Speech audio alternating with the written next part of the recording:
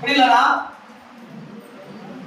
సాక్ష్యము చెప్పాలి అని అంటే ఏముందండి ఆ సాక్ష్యము చెప్పటం ఈజీ అని అనుకుంటా. ప్రియులారా, నేను ఎదవని సన్నాసిని అని చెప్పటం చాలా కష్టం.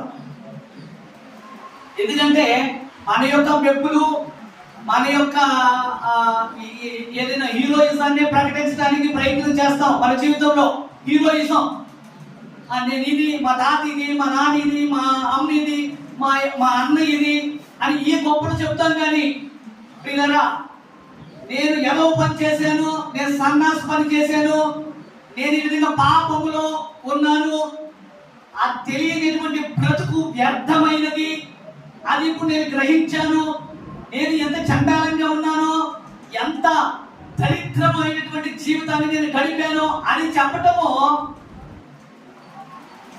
దేవుని కృప. ప్రియులారా, దేవుణ్ణి నిజంగా ఎవరైతే నమ్ముతారో, ఎవరైతే నిజంగా విశ్వసిస్తారో వారి మాత్రమే చెప్పగలరు.